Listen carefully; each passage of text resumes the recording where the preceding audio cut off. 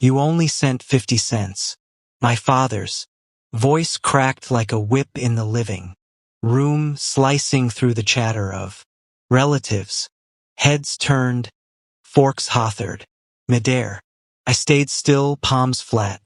Against my thighs, nails biting my skin. Across from me, my mother's lips curled, not in shame but in triumph. Sienna sends 4,000 a month, she said, sweet, like poison. I met my father's eyes. That was me, I said quietly. Mom snapped before he could speak. Stop stealing her credit. The room buzzed with judgment. I stared at my mother, my heart hammering so hard I felt it in my teeth. No one believed me. I stopped the payments that night, and the next month, everything burned. There was a time my parents were gentle with me.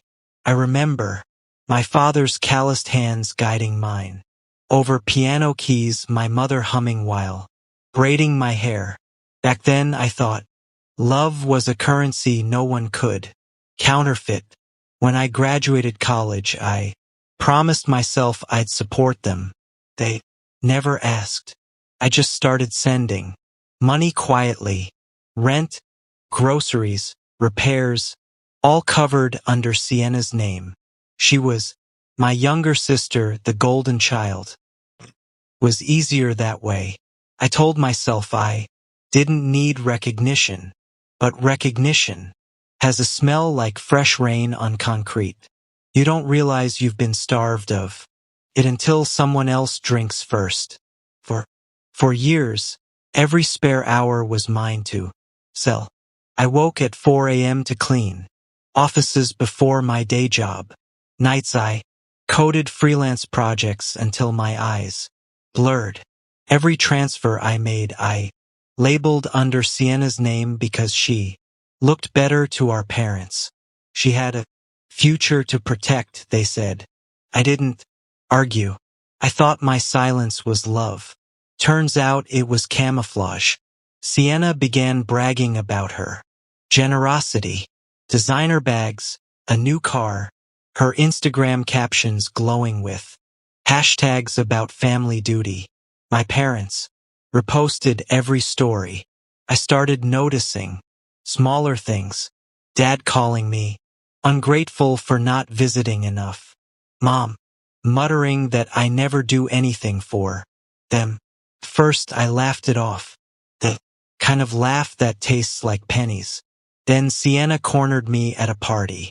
They think I'm their savior, she whispered, eyes glittering. Why are you doing this?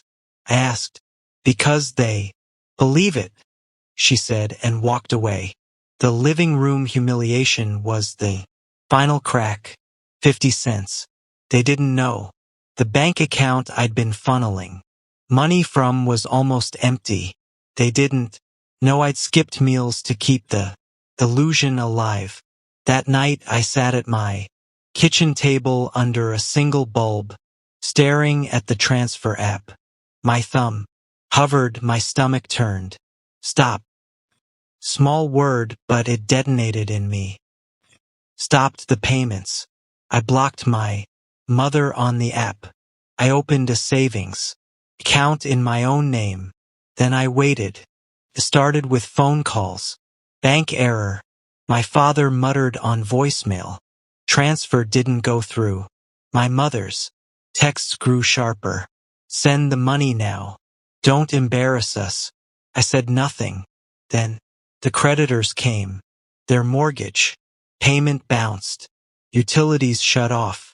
Sienna's car was repossessed because she'd taken out a loan, assuming I'd keep paying. My father's voice on the last voicemail cracked like paper. Don't understand. We thought he didn't finish. I didn't answer. 3 weeks later, Mom organized a family dinner at a rented hall, her birthday celebration. Chandeliers glittered overhead, reflecting off rows of wine glasses. The scent of rosemary chicken filled the air. I arrived late wearing black. My Heels clicked like a metronome. I followed me. At the head table, Mom raised her glass. To Sienna, she said, "Our rock." Sienna smiled, lips trembling. Her makeup couldn't hide the sleepless nights. I walked up, laid a white envelope beside Mom's plate. She frowned. "What's this?" "Proof," I said. She opened it. Bank statements for years of transfers, every payment under Sienna's name, all from my account. Gasps rippled through the hall. My father leaned forward, scanning the pages, his face draining of color. This is you?" "Yes." Mom's voice cracked. "You're lying. You forged these." "I don't need your credit," I said, my voice low, but sharp. "But I won't finance your delusions." I turned to Sienna. "Enjoy," explaining how the hero stopped paying. The silence after that was cathedral. Deep. Cameras blinked from cousins. Phones. A chair scraped. Then I walked. The fallout was brutal. My parents tried calling, texting, pleading. Their friends stopped admiring them. Sienna's reputation shriveled online. I stayed quiet. I kept working, but this time for me. I moved into a sunlit apartment with no family photos on the walls.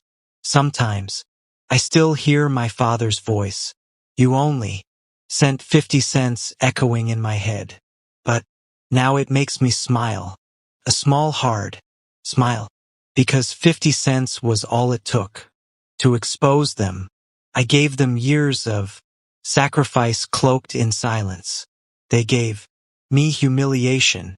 In the end, the math balanced. Love isn't a currency, but betrayal always leaves a receipt. And I kept everyone